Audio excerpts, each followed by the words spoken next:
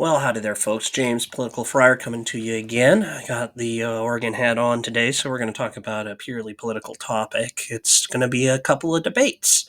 I considered doing an independent video on the DeSantis versus Newsom debate that happened on Fox News last week, and every time I sat down to do it, I ended up with about 3 minutes of content, and it wasn't enough. So I thought I'd just go ahead and tack my thoughts on that debate onto the front of this one, which is mostly going to be a video about the fourth Republican debate last night between the primary candidates not named Trump. So let's start with the Newsom versus DeSantis debate. I had kind of high hopes for this. Gavin Newsom's a regular on the Sean Hannity show. Him and Sean mix it up, and they actually have some interesting exchanges. Sean Hannity is a not incapable proponent for the Republican talking points, and he also isn't entirely in the bag or completely lost to the kind of MAGA madness that some other commentators are. And so when him and Gavin have had chats on Hannity's show in the past, I found them to be entertaining, if not actually particularly informative.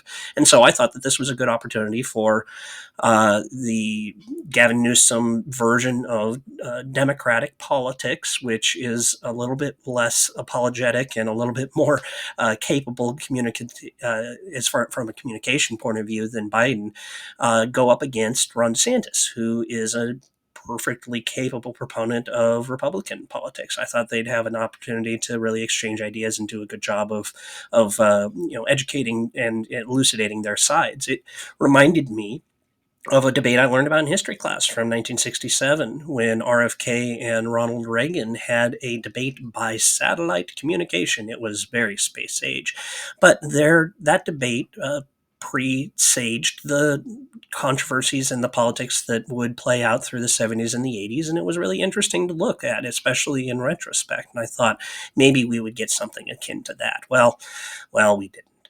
We didn't because Sean Hannity is not a debate moderator. Sean Hannity is a commentator.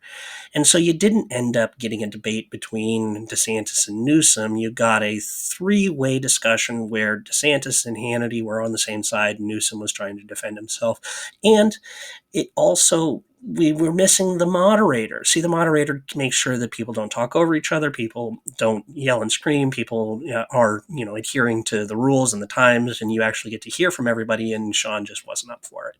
This debate was very much like watching an episode of Hannity and Colmes from 1999. And that is TV that I just don't find all that attractive or informative. I guess some folks like the screaming heads on the television, but I think it was a missed opportunity to actually have an interesting exchange of ideas between a blue state governor and a red state governor who are both, frankly, nerds and policy wonks.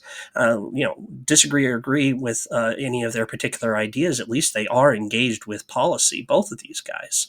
And they didn't get to show it because of the way that the quote debate ended up being presented. It was just a holler fest. The word that I would describe watching this program was irritating.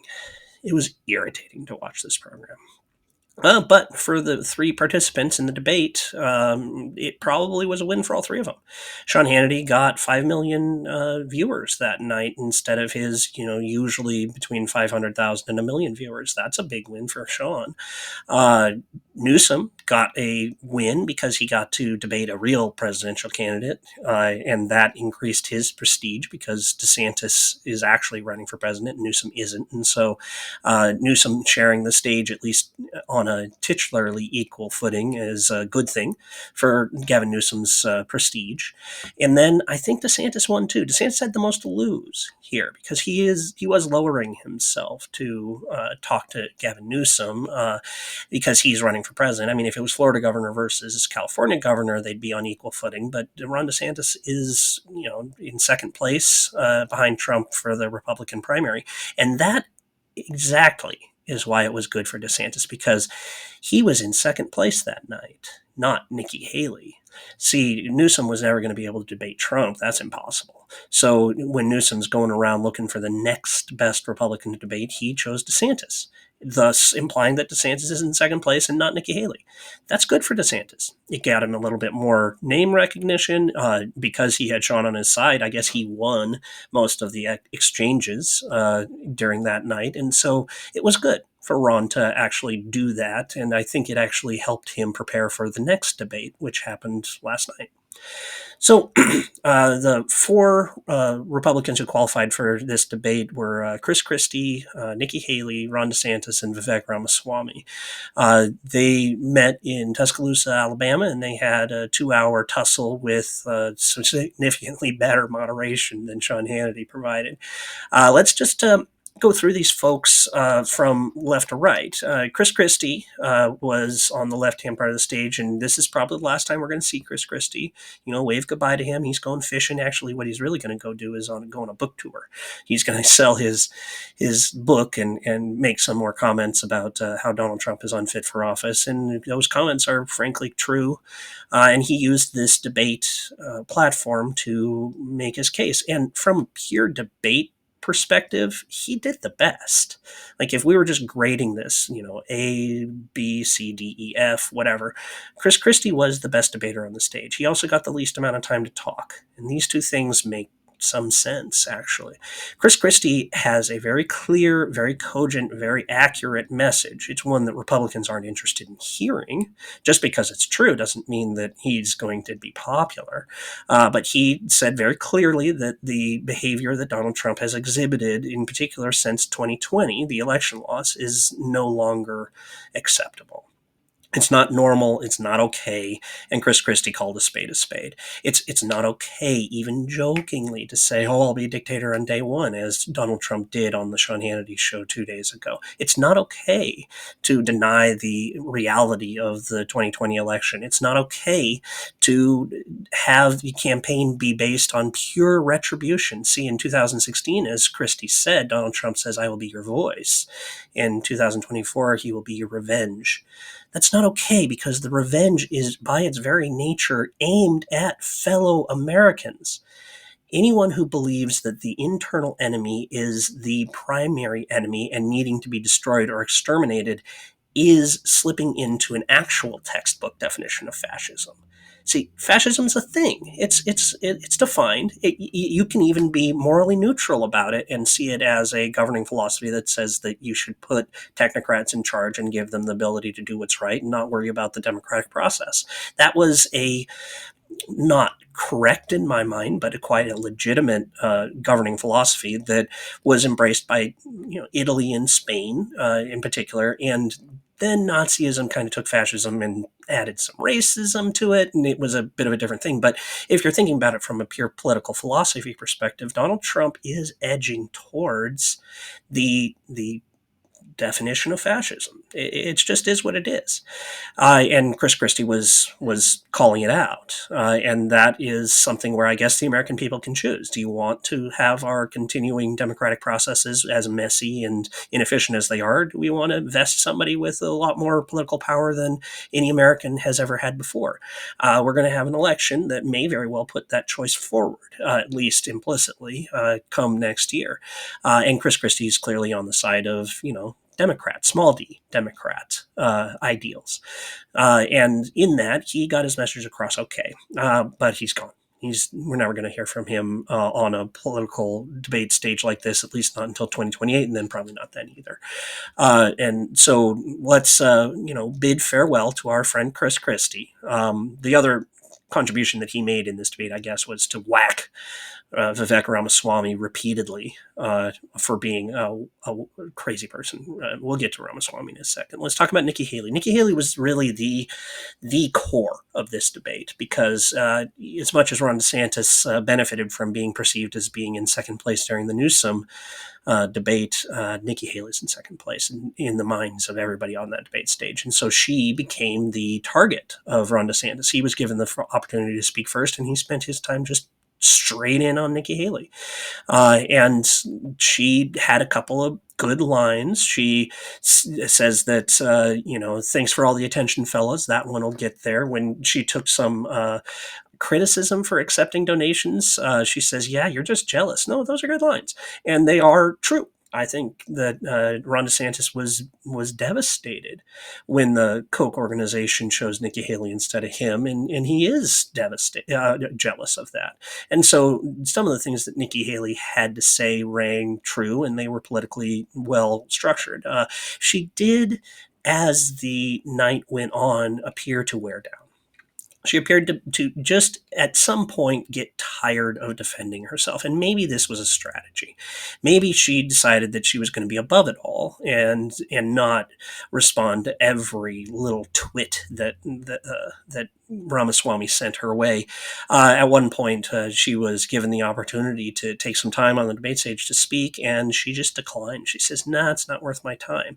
Well, I don't know about that as a debate strategy, Nikki, because you didn't use your time that the moderator gave you. You just lost it. And usually you want to be the one who speaks more on these debates. But as a political strategy, it's one that you could argue for. I would argue against it, but what's done is done. Her actual presentations were accurate. They were fine.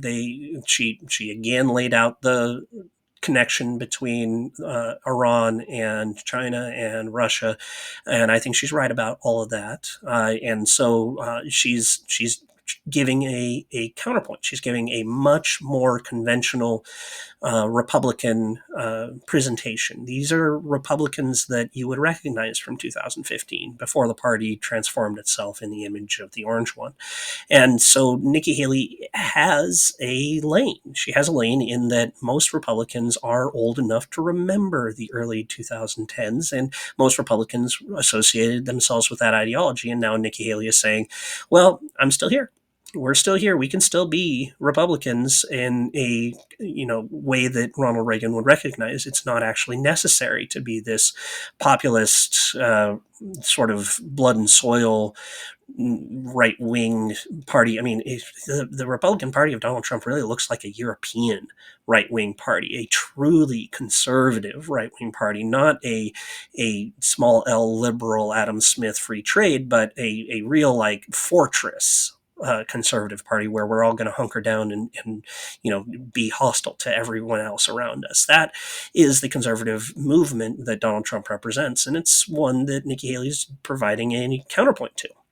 And that it means that she's at least got a base of folks who will recognize, hey, this is the old style conservative. Donald Trump is the new style right. I hesitate to call Donald Trump a conservative because, as Nikki Haley pointed out, he spent a huge amount of money. He was not a free trader. He instituted tariffs which raised the prices for Americans on American goods. If you're thinking about inflationary policies, Donald Trump is the guy who did inflationary policies, high tariffs, trade wars, huge amount of government spending during COVID, huge amount of government spending before COVID. There was no constraint in government spending under Donald Trump, and indeed, lowering taxes is inflationary. It leaves more money outside of the government, because the thing about taxes is when the government takes the taxes in, it has the opportunity to simply destroy that money and make it not part of the money supply anymore. But if it doesn't take those taxes in, the government doesn't have control over it. And so you end up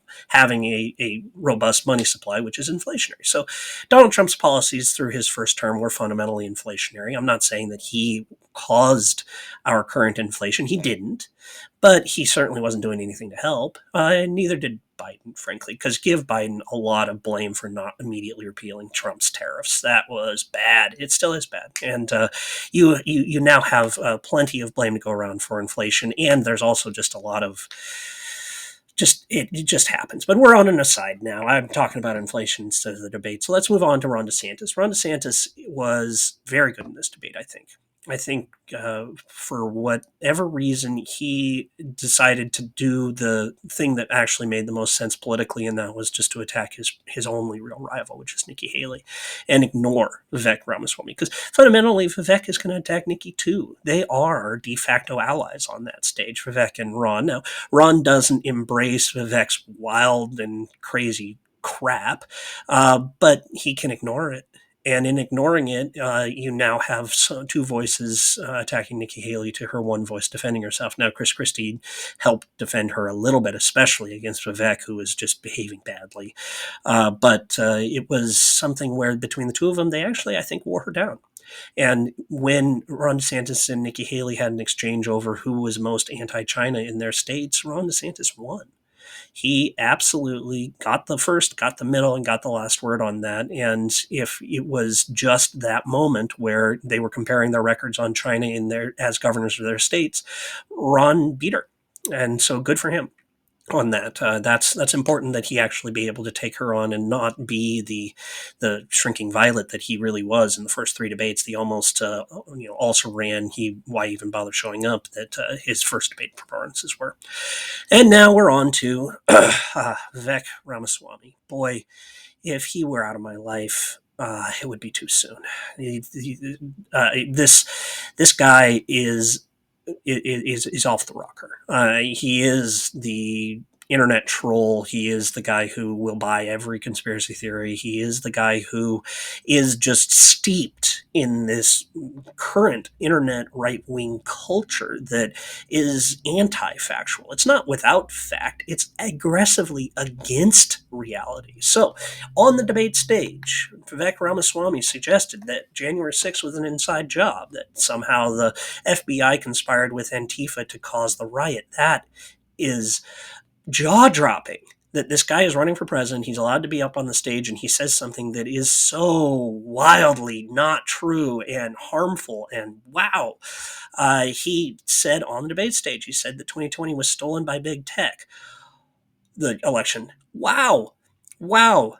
Really, Vivek, you realize that Dominion voting system won a multi-billion-dollar lawsuit against Fox News because Fox News was just providing a platform for that idea, and you're saying it on a debate stage when it is demonstrably not true. You're outside of reality, sir. He says that the government lied for 20 years about Saudi involvement in 9/11. That isn't true either. The 9/11 report extensively documented Saudi involvement, and you could buy it at Barnes and Noble. This isn't a lie, buddy.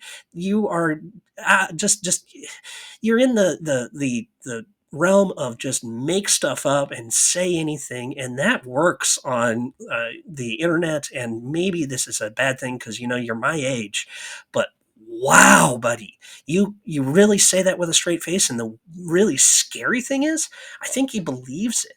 I think he actually thinks what he's talking about is true. He tried to get you. He tried to do a gotcha with Nikki Haley when he said, hey, name the three provinces that the Russians want from Ukraine. Well, okay, let's name them. Starting from the south, it's Crimea, it's Kherson, it's Zaporizhia, it's Donetsk, it's Luhansk. Three provinces, Vivek. Wait, what? You don't know what the hell you're talking about, Vivek. Go away. The final thing to note here is that News Nation did a pretty good job. They did a pretty good job with crafting questions that actually got substantive answers. In particular, Megyn Kelly's first questions to each of the candidates were challenging and demanded an answer. They did a pretty good job of moderating and stopping the crosstalk. They did a pretty good job of holding people accountable to actually answering the question. See, Chris Christie repeatedly hit Ron DeSantis for not answering the question, and Ron does that media thing where you just you say thanks for the question, and then you talk about something completely different. And Chris Christie held him to the fire, and News Nation tried to, and Ron refused. For example, there was a exchange between Chris Christie and Ron DeSantis where Chris Christie wanted Ron DeSantis to answer a yes or no question. Is Donald Trump fit for office? Yes, no. And Ron just refused. He refused, he refused, he refused. They reset it, he refused. They reset it, he refused, he reset it, he refused. I mean, after 6 or 7 times, it became very clear that Ron DeSantis was not going to answer that question. And the moderators cut Chris Christie off and said, let's move on. And that was exactly the right thing to do, because whatever harm that Ron DeSantis was going to take from not answering the question had been accomplished, and they didn't need to belabor it. So good job, News Nation. I actually think that was a fairly well-moderated debate. Anyway, let me know what your thoughts are in the comments down below. Tell me how wrong I am. Give this video a like. Hit that subscribe button. I'm going to be covering this Republican, primary, just in case. Because just in case Donald Trump isn't able to be president for one reason or another, like maybe he's wearing an orange jumpsuit in Fulton County, one of these people might be the nominee. And honestly, other than Vivek, all three of these people will beat Biden.